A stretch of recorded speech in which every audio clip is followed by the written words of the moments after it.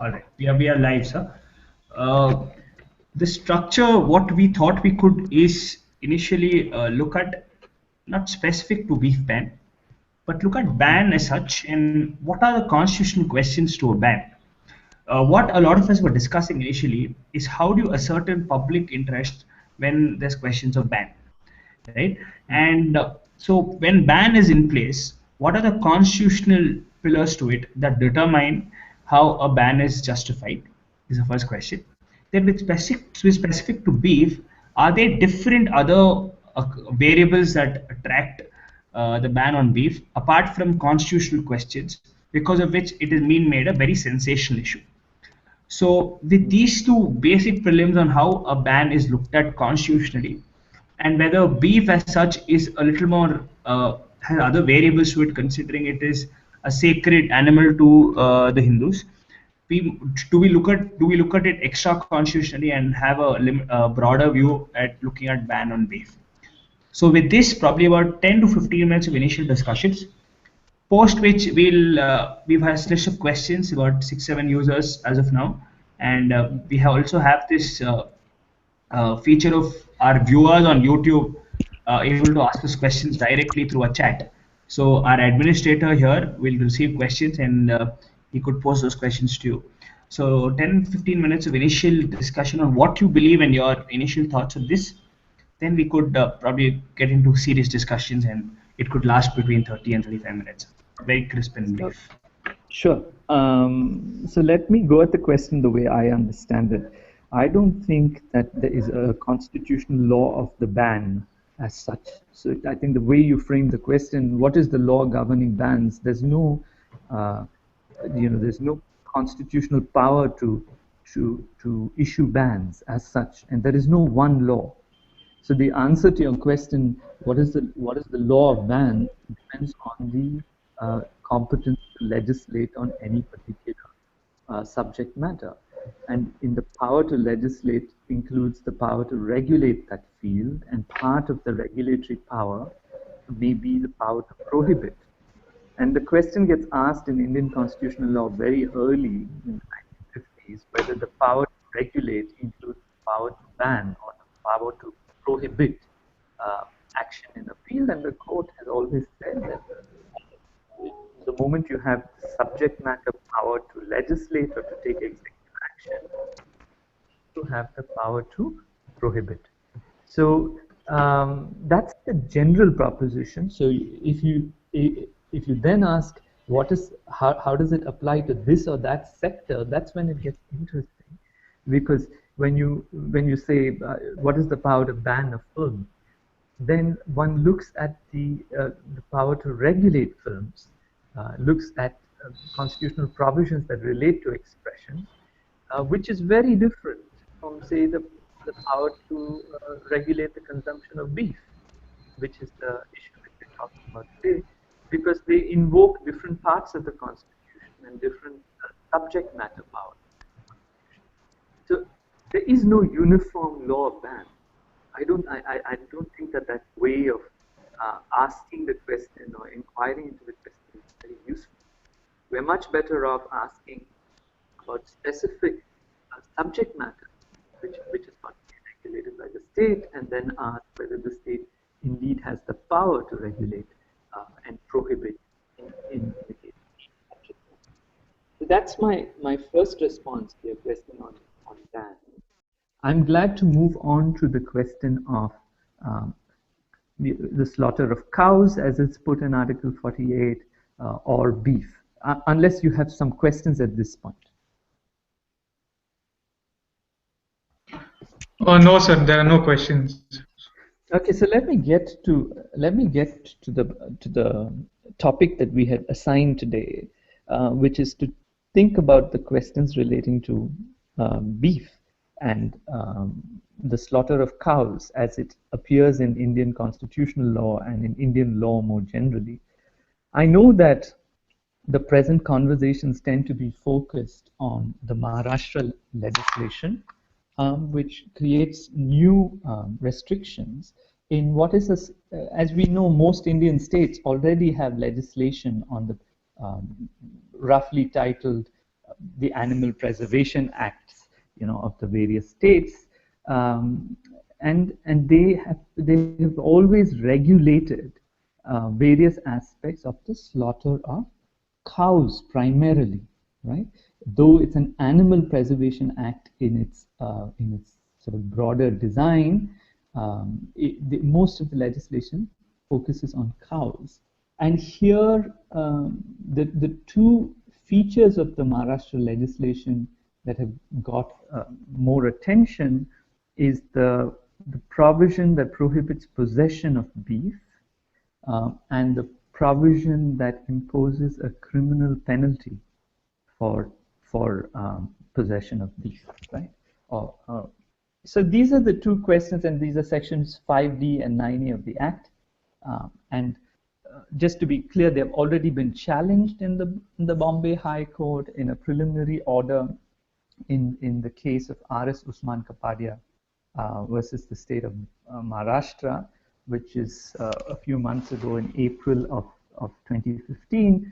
The court has issued a preliminary order refusing to issue an interim stay, but saying that the court will go into all these questions in greater detail for the final orders. So the Maharashtra, so let's be clear what we're talking about in Maharashtra. We're talking about sections 5D and 9A. We're talking about a possession of beef, nothing to do with slaughter itself, but the possession of beef as well as the use of a criminal penalty. We're not talking about administrative regulations around the slaughter of animals. We're talking about a criminal penalty imposed on the person who's found in possession. So those are the specific questions in the Maharashtra legislation. But let's track back a little bit, and I'm just going to quickly course through at least the constitutional debates, starting with the framing of Article 48. So it appears from the historical record that the concern around the consumption of beef emerges around the late 1800s. It emerges with an Arya Samajist objection to the consumption of beef, which is crafted as a political strategy for Hindu revivalism, which responds both to the Christian community as well as to the Muslim community in colonial India. So it was even in its origins, it's designed as a concern for Hindu revivalism around emotive question that might have these oppositional characteristics to other religious groups. Now, the prehistory of the consumption of beef and prohibitions on cow slaughter are very complicated. As you know, it's publicly controversial in India as to whether in antiquity, various Indian communities did or did not consume beef. It seems to be quite clear that the empirical evidence suggests that they did. And the scriptural sources also suggest that they did. So we might have to recognize that the issues about consumption of beef are modern concerns. They're not concerns of antiquity. The second thing here is that the slaughter of animals also draws on a second ethical religious concern, which is in the Jainism as a religion. And we know that Gandhi mobilized the idea of ahimsa in political practice, and one limb of that principle is about not causing harm to animals. So we have this kind of a complex inheritance which gets framed in the debates on Article 48 in the Constituent Assembly. Now, I can't talk about the debates in great detail, but I think a few things should be made clear. First, while the initial demands for a prohibition against cow slaughter were framed in religious terms, the way it finds its way into the Constitution is in secular terms.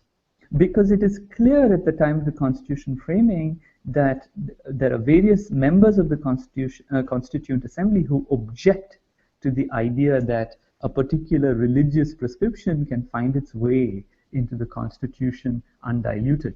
And so they reframe the concern with the slaughter of animals as a secular concern about the management of livestock and cattle. And here the way the Constitution framers framed it is they framed it almost as a utilitarian inquiry, as in that we must adopt animal husbandry practices and scientific management practices with respect to cattle and livestock.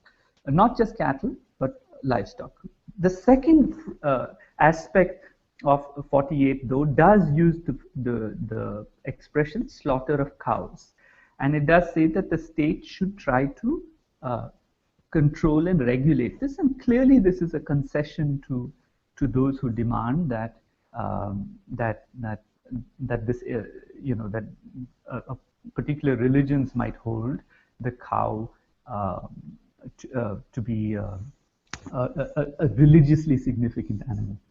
So you get a complex provision at the end of the Constitution drafting process. It is reframed as a secular objective. One can think of it meaningfully as expressing an objection to the treatment of animals as being living beings of no worth. So it's kind of it confirms that animals should be seen as, or the killing of animals should be seen as a morally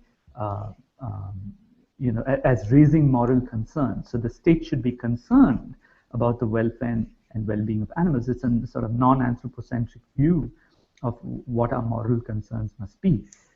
So this is 1947 to 50. We get a constitution like this. What happens after 1950? We can see at the early stages that the politics around the killing of cows and the consumption of beef comes up. It's interesting that if you go to the case law record, you'll tell a constitutional story around 3 or 4 cases. You'll talk about Qureshi 1, and you might talk about Qureshi 2 in 2005, Qureshi 1 being in the 1950s, and then you might conclude with the Akhil Bharatiya Go Seva Sangh kind of cases post 2005.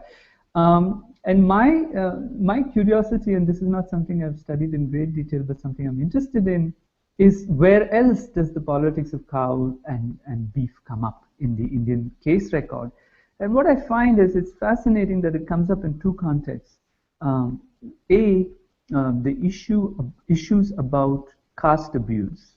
There's a lot of caste prevention of atrocities cases where issues of beef eating come up.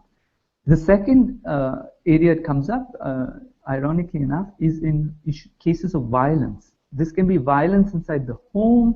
This can be violence in communities. A lot of violence gets sparked off around issues of references to cows or eating beef or some such other thing. And if you look at the Indian case law, this is the kind of coverage that you see. And I think that just looking at that case law tells us something interesting about what's going on here, issues of caste and religion and the way they get played up. But let me just stay with the old cases, which is the cases about Qureshi 1, and then maybe I'll stop with the second case in 2005, Mirzapur Moti. In the first case, the court took the view almost quite analogous to the other cases at that time, that Article 48 could not be enforced. And the court took the view that at least in the framing of the question that what's the issue in Qureshi 1? The issue is the regulation of the slaughter of cows. It's not a case of a ban, it's a case of a regulation. And the court has asked the question, can the state regulate cow slaughter? And if the regulations are too onerous, are they violations of the right to do business and as well as minority rights, Article 29. So the court frames the question primarily as a question about the rights to do business and finds that the regulations are too onerous. And it says that the 48 the 48 directive principle cannot be enforced in a manner that you can constrain fundamental rights. That's in the 1950s. By 2005, the court reverses that view in some respects, in that it first adopts the new position on directive principles, where it says that directive principles and fundamental rights are co-equal in status. So they should be interpreted harmoniously, the court says. And so the state may take into account directive principles values in the way it frames regulation in this area, and that might also include strong bans, strong prohibitions of the slaughter of cows. In the second Mirzapur Moti case, you find you can see the tension coming out of the case, because the court has unshackled, in some sense, the politics around the banning of beef, and we know that looking at it from today's perspective, those issues are writ large. Let me say one other thing by way of conclusion, which is that this case, Arif Usman Kapadia, is very different, because now the regulation of the state is not only on the killing of cows, it's on the consumption of beef, which is a different question altogether, because if you look at the structure of the challenge in this new case, the court is confronted not with Article 19 challenges, which is to say, do I have the freedom of business to run a slaughterhouse of cattle? The challenge is that this is an infringement on my right to life, because it restricts the range of food that I might consume. So it's an Article 21 challenge. And Article 21, we must remember, is in some ways a stronger right. It doesn't have an exception clause like 1906 to, and so the court is going to confront an Article 14, an Article 21, and an Article 29 challenge, which is the religious rights. So it's going to face a discrimination question, and it's going to face a right to life question squarely, in a way that was not raised in the previous cases. The previous cases were really focused on the right to do business proposition. So what we can say looking ahead quite clearly is that, at least as a matter of constitutional law, we're going to see new law in this field. And the court will have to make some new determinations about the extent to which the state can regulate both the slaughter of animals and the consumption of foods. And so let me not say more. Let me stop here, and maybe we should open it out and expand the range of issues that we're interested in, or deepen the range of issues we're interested in. Thank you so much, sir. We have a couple of questions, rather quite a few. So what we could do is, I'll take it 2 questions at a time, and based on, I've rather categorized questions based on its similar, on the lines of its similarity, then post which you could answer them, and we could move on to 2 questions. Now, the first set of questions are with specific to the Arif Usman Kapadia case, wherein the petitioners have challenged the act, the preservation of the Maharashtra Act, on a grounds of public interest. So the first question that one of our viewers have asked us is, how do you ascertain public interest in such cases? Does it come from the objective of the act, or does it come from the legislative intent, or does it come from basically the mandate of the political party that's in power? So is that how the public interest is asserted? Clubbing this question with another similar sort of question, when you spoke about the right to food, one of the interesting arguments of the Advocate General during the Arif Usman Kapadia proceedings was that he said right to food is definitely guaranteed, but what is not guaranteed is right to choice of food. Well, is that an argument that can survive constitutionally, or is it very frivolous to possibly look deeper into? These are the first 2 questions. Over to you. So on the question of the right to, sorry, let's start with public interest. So the language of public interest has some bearing on the determination of reasonable restrictions under Article 19.6. Um, in those cases, as I'm sure you know, the court has you know been quite disparate in the way it determines public interest on a case-to-case basis. What we can say, though, on a review of that case law is that public interest does not simply mean I won the election. It is not. It is not. It does not follow from the fact that you have a majority in the legislature that everything that a legislature does is in the public. That's not the question.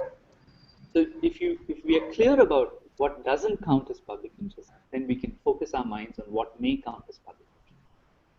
The court does always begin with the legislative intention. It occasionally, though Indian courts have been inconsistent, it occasionally looks at the debates in the House. It certainly looks at the preamble of the legislation and the statement of objects and reasons. So this is where the public interest inquiry begins. Having said that, the court will not stop there. It will ask, is it manifest in the way the legislation is framed that the public interest? So there is an independent, objective investigation of what counts. And that's the way the courts have framed it.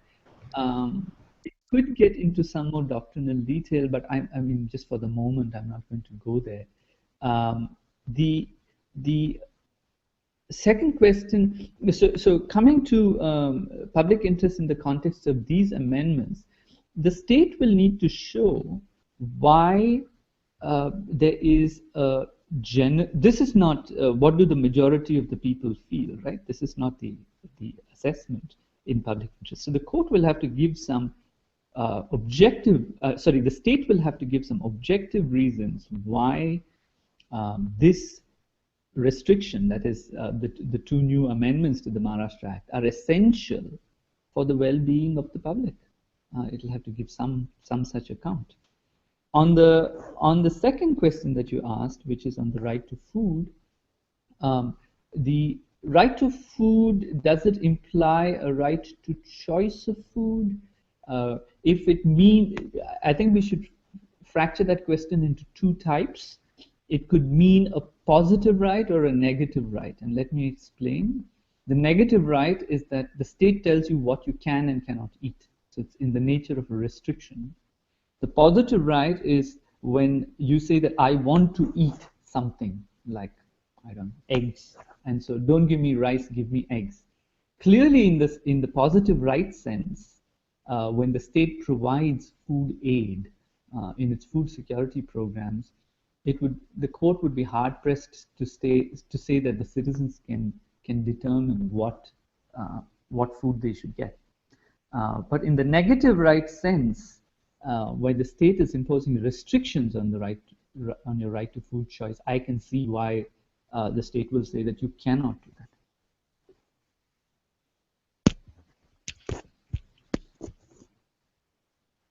Back to you. Yeah. So thanks a lot. So if it's possible, I have a personal question just to clarify the public interest aspect.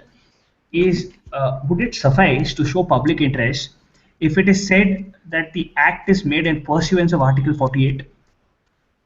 So the court said in Mirzapur Moti that Article 48 is relevant to public interest and especially to the nature of limitations under Article 19.6.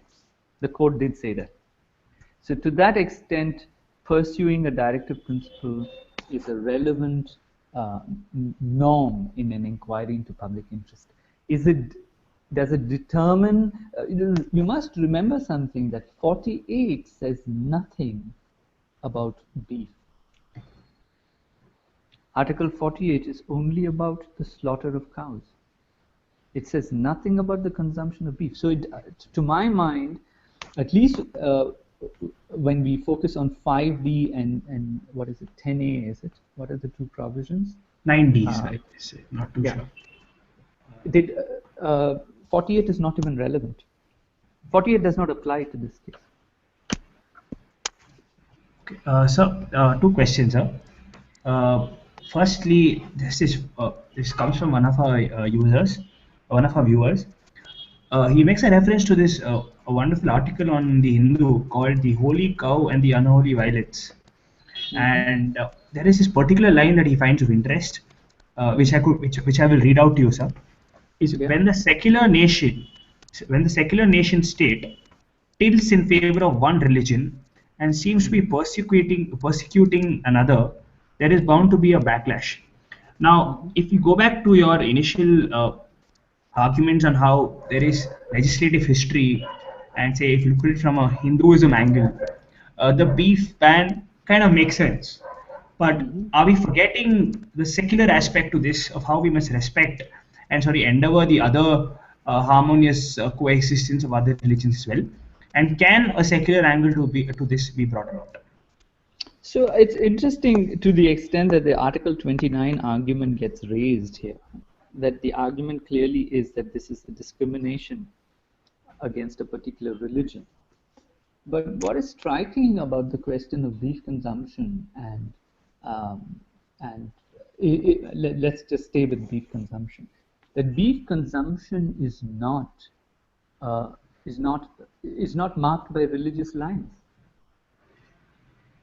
Right? So there's a problem here. Hindus consume beef, and not in small numbers. There's a second problem here, that there is a distinctive caste characteristic to the attitudes to beef. It's not a religious character alone. So my sense is that the Article 29 argument is relevant insofar as the state is exhibiting animus towards a particular religion. But for me, it's not the critical question, because I feel that the consumption of beef is not a Muslim religious. It's not. It's not. It's not confined to the Muslim community. Uh, Next question. Um, when you look at the Qureshi case, it makes a very nice analysis of 48, like you said. And with this, sir, I'd like to look at the language of 48. And there stems my next question. So if you read 48 and look at the second part of 48, it says take steps for preserving and improving the breeds, which is to be read with the improvisation on modern and scientific lines. So, is it correct for the state to presume that it has power to prevent consumption and slaughter, where there are other components to 48, such as improving the breed on scientific and modern grounds? So, does 48 have merely emphasis on prevention of slaughter? But considering there is another component of improving the breed on modern and scientific lines, is it right for the state to merely take immunity on the fact of 48, which allows it to prevent slaughter? So let's be clear about this. It's a good question. 48 gives no power to the state. Let's be absolutely clear about this. This is confirmed by the case law. 48 is relevant for an interpretation of the state's power to enact legislation or take executive action, but it is not the source of power. That's the first point. The second point is, and that's where I started, I tried to make clear that the religious demand, when it was made in the Constituent Assembly, was rejected. It was rejected that any religion can insert into the Constitution a religious prohibition as a constitutional norm. It was rejected outright. So to the only extent to which the religious concern with the slaughter of cows was accommodated in the Constitution was as a secular principle. And the secular principle is scientific management of livestock and animal husbandry. That is the only norm that any state can mobilize to justify its policy in this area. It cannot mobilize a religious norm, right? So what does this mean? So coming to the question of whether 48 endorses a ban on the slaughter of cows, no, it does not. It only endorses a policy where the state can demonstrate that its policy objectives are rational and scientific. If it fails that test, it fails. 48 doesn't do any more work than that. So that's the way I would put it. I agree with you with the way the question was framed, that 48 it does demand a scientific and a modern policy on the question of the slaughter of animals. So next question is very interesting. I personally feel it's very interesting because it makes another reference. There's a practice in the European Union where a ban on trade of beef. There was a ban on trade of beef for a reason that it didn't meet certain scientific or say nutritional guidelines of the state or of the European Union. Well, as much as it seems as a question of whether you can question somebody's consumption, whether there's right to food, how much of it can we place emphasis on it being a major impact on traders, on slaughter, on those involved in the beef business? So I'm sure that is an important stakeholder as well. Now, if you pit it against right to food and other considerations to this question, do you think freedom to trade and practice also stands an important challenge? Yes, if the state prohibits any particular trade, it must have substantial reasons to be able to do that. That the Indian case law supports as well. I'm not sure about the European case you're referring to, but clearly regulations that are food safety regulations and regulations that are about nutritional quality, the use of supplements or preservatives, these are all issues that are deeply relevant for the consumption of food. They are not issues about food choice. So to that extent, I think the Indian court will also have to come clean on the scope of 48. 48 is not a license to be determining what people eat or how to smuggle in particular preferences about how animals may be slaughtered. I mean here religious preferences. So this is another very interesting question. On the 29th of October, there was a ban on a documentary called, if I could get the question right, Cast on the Menu Card, which was supposed to be aired in one of the film festivals in New Delhi. The documentary had a detailed, probably a showcase of how beef is consumed in India. How is it intrigued part of a lot of castes, and unfortunately, the INB ministry has banned it. So, can we look at it as a means of this not being as a part of a pursuance of public interest, or merely on the ideology of the current government in rule? I'm not familiar with this case. I can Cast on the Menu Card I've heard about, but I haven't seen the movie myself. The way clearly any ban on a feature film or a documentary film will not be a ban that's motivated by Article 48 and the analysis that we've been carrying out so far, because it's a speech act issue. And we know that we are having serious problems in India about what are reasonable restrictions on free speech, especially with respect to the prohibition and the administrative regulation which clamps down on speech which may potentially cause offense. So we have what is in effect what at least in US constitutional law gets called a heckler's veto. So the heckler or the person who wants to obstruct speech and protest against particular speech threatens that I'm going to protest against this speech. What does the state do? The state does not shut down the heckler. The state shuts down the person making the speech, right? So this is a problem in Indian law generally, both statutory law, criminal law, as well as in the way we have framed our approach to the constitutional question. And I suppose that this film or the ban on this film, I don't know anything about the facts. Maybe the film has been banned, I don't know. And I don't know the provisions under which it's been banned. But I suspect that it is another example of this structural problem in the way we approach free speech, which is that the state will liberally interpret the taking of offense to any speech act and then shut down the speech maker, not the one taking offense. Right. So another question is, if you look at Razak Bhai Izak's Bhai case, uh, Supreme Court went on to hold. So this is a question from one of our viewers. The court went on to hold that for in order for pursuance of a particular object or something that casts an obligation on the state is well within its means to impose a complete ban, not only on its sale but on its consumption as well. Well, how much of this case law is up for review in the current scenario, and how much of it generally makes sense?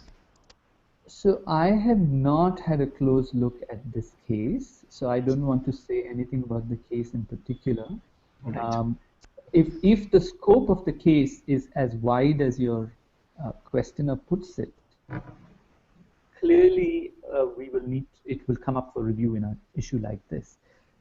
I noticed that it's been used in the arguments here by Aspi Chinoy, I think, and clearly the court will have to deal with this question. The court tends to use this expression where it says that when the state has the power to regulate something, it has the power to regulate all those things that are incidental or ancillary to the regulatory power. So when you let me bring this the incidental and ancillary proposition in Articles 245, 246, etc. on legislative power, when it applies to beef eating, the question is this: if I have the power to regulate the slaughter of cows, do I also have the power to regulate the consumption of beef? Is that an incidental or ancillary power? That is the question that the court will have to turn to. The way I would look at it is that incidental and ancillary is something like this. If I have the power to regulate the entry of vehicles into my state, do I have the power to set up a check post to regulate the entry of vehicles? And the court would say yes. But do I have the power to regulate an entirely different field of activity that in some ways everything in the world is connected? So if I draw a tenuous connection between two areas of activity and then suggest that it's an incidental or ancillary power, that would be a difficult, that would be the kind of question that I suppose Razak Bhai would raise, and the court will have to settle it in this case.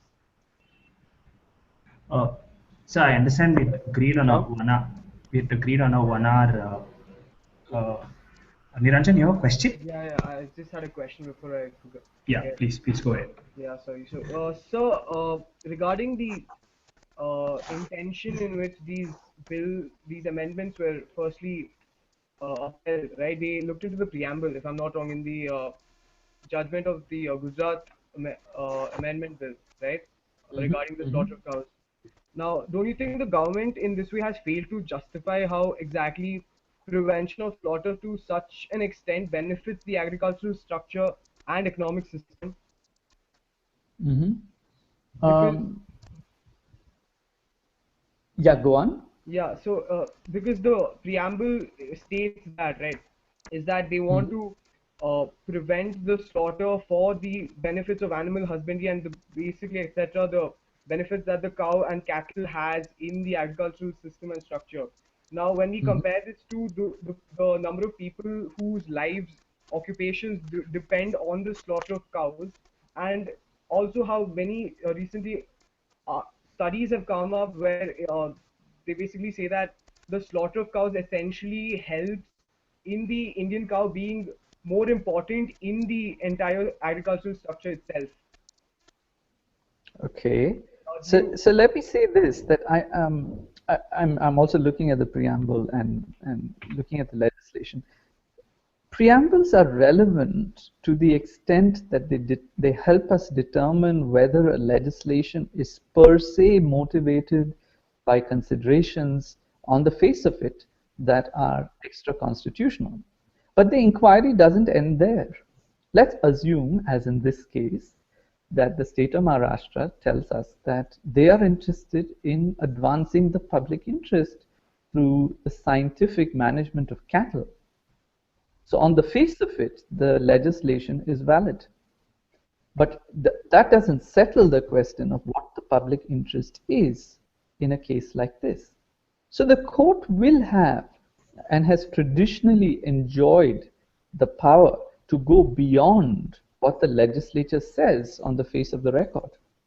The court can go beyond and ask, how exactly do you justify your chosen prohibition, the means that you've chosen, and the ends that you want to serve? Can it be served in any other way? Can the ends, are your ends legitimate, first and foremost? And second, are the means that you have chosen tailored to these ends? This is a question and inquiry that the court engages in. So public interest inquiries do not stop with a statement in the preamble. In these cases, I'm talking about the Maharashtra Act in this case, it speaks in a general sense about the public interest. I can even read it. The control and regulation of the production, movement, supply, and distribution of certain commodities essential to the life of the community. All that is very general. right, right. Although I was referring to in state of Gujarat versus Mirzapur Koti, right? They refer to the preamble in that amendment act, which was given in 1994, right? So that was mainly based around sustaining the cow and her progeny for the fact that working bullocks are indispensable for our agriculture, for the supply more, and basically all the agricultural functions of cattle in terms of plowing and etc. Right. Yeah, So but sorry, so then I was talking about the wrong statute. Now, Mirzapur Moti is not in front of me as I speak to you, so I don't have access to that preambular text in detail. But I take your point that the preamble there might have focused on making an agricultural justification for the regulation. Once again, I just reiterate that the court can ask, is this agricultural objective legitimate? And B, are the means that you have chosen directly relevant to it? So this inquiry remains. I don't think that the state making a claim in this respect is final. right, so but in your personal opinion, don't you think the state has in fact not been able to justify to the And I think there's a large gap between the objective that is stated and the means that are chosen, which is why I think all these legislations are going to be under severe pressure under Article 14. Forget even about your arguments of discrimination under Article 29, or your arguments on the right to life under Article 21, or the right to trade under 19. Even under Article 14, do they even display basic rationality? And they may fail that test itself. all right, thank you, sir. Sir, would the ban be justified if the state comes up with a reasonable classification saying that you cannot slaughter cows when they are in a period where they can produce milk? As in, would it strike as a balance for both the state and the beef eaters when they say that you can slaughter the cow only when they've reached a period where they cannot give any more milk? So clearly, this was the approach in the 1950s. Okay. In the 1950s, the various states passed legislation that allowed for a certification system for slaughter. And the certification system, that is, a certificate was necessary before you slaughtered a cow. And what did the certification procedure insist on? It insisted on an inquiry into whether the cow served any agricultural or milch and draft, right? That's the expression used in Article 48, whether we were dealing with either milch cattle or draft cattle. And you use a certification system to identify whether the cow is in that range. So cows that were not in neither milch nor draft cattle, the slaughter of such cows was allowed. It's interesting that we use the framing slaughter, right? We talk about the slaughter of cows, but we don't talk about the slaughter of chicken or the slaughter of fish. And there is something in the sort of framing of this slaughter idea that is meant to raise moral objection. Anyway, that apart, that was the 1950s approach. What we have seen over the period of time is a widening of this prohibition. So to your question, can the state choose that approach? Yes. And it has been held to be constitutionally valid in the 1950s. Now the state wants to engage in blanket bans. So if this nuance were brought back into the legislation, it would certainly be constitutionally valid.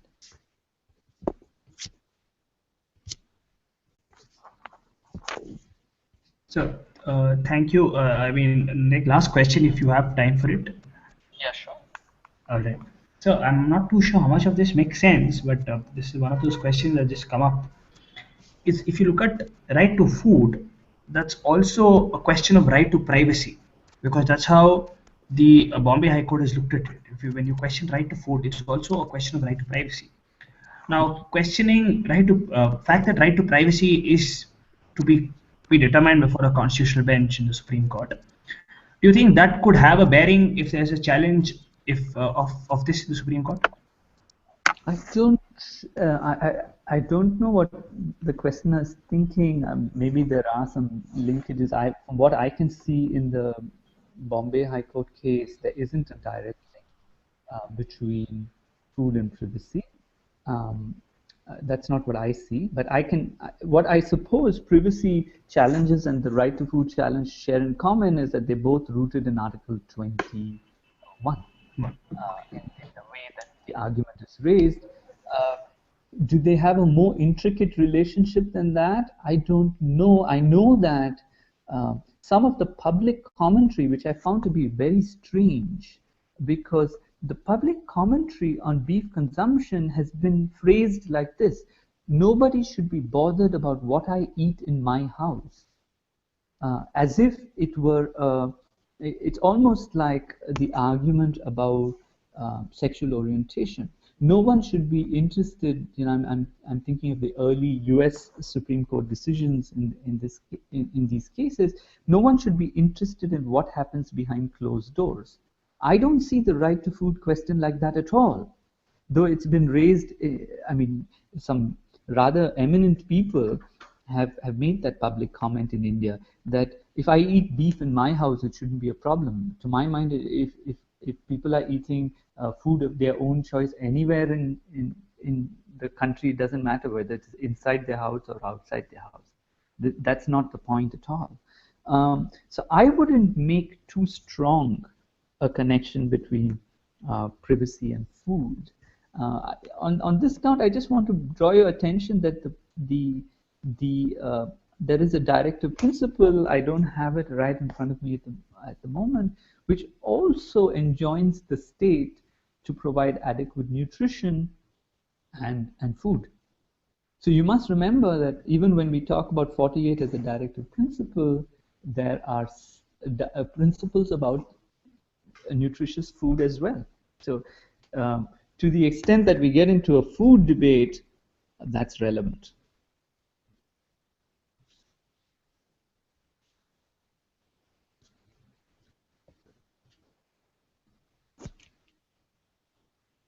Sorry, I can't hear you at the moment. I think you're on mute. Yeah. So I said, I think that's a wrap. We've probably exhausted all those questions that a lot of users asked us. And I think it's a great discussion that we've had. But just as a finishing thought, what do you think the next step is? I'm sure, we definitely can't predict what opinion of the Supreme Court, but do you think constitutionally, what do you think the next steps is, and how do you think I suppose the next step is not in the Supreme Court, because the High Court of Mumbai is going to first deal with the case, right? So Oh, I great. suppose that we're first looking for the decision of the Mumbai court, and it will be critical because it will lay down the early approach that we might see in other high courts. And um, I don't know what you mean by next steps, in the sense, if you look at it in terms of legal development, I suppose the Bombay High Court decision, and to the extent that other states have issued similar bans, maybe that we'll get 1 or 2 or 3 High Court decisions that we will need to track, and then understand how this finds its way to the Supreme Court, which may take somewhere between 2 or 3 years.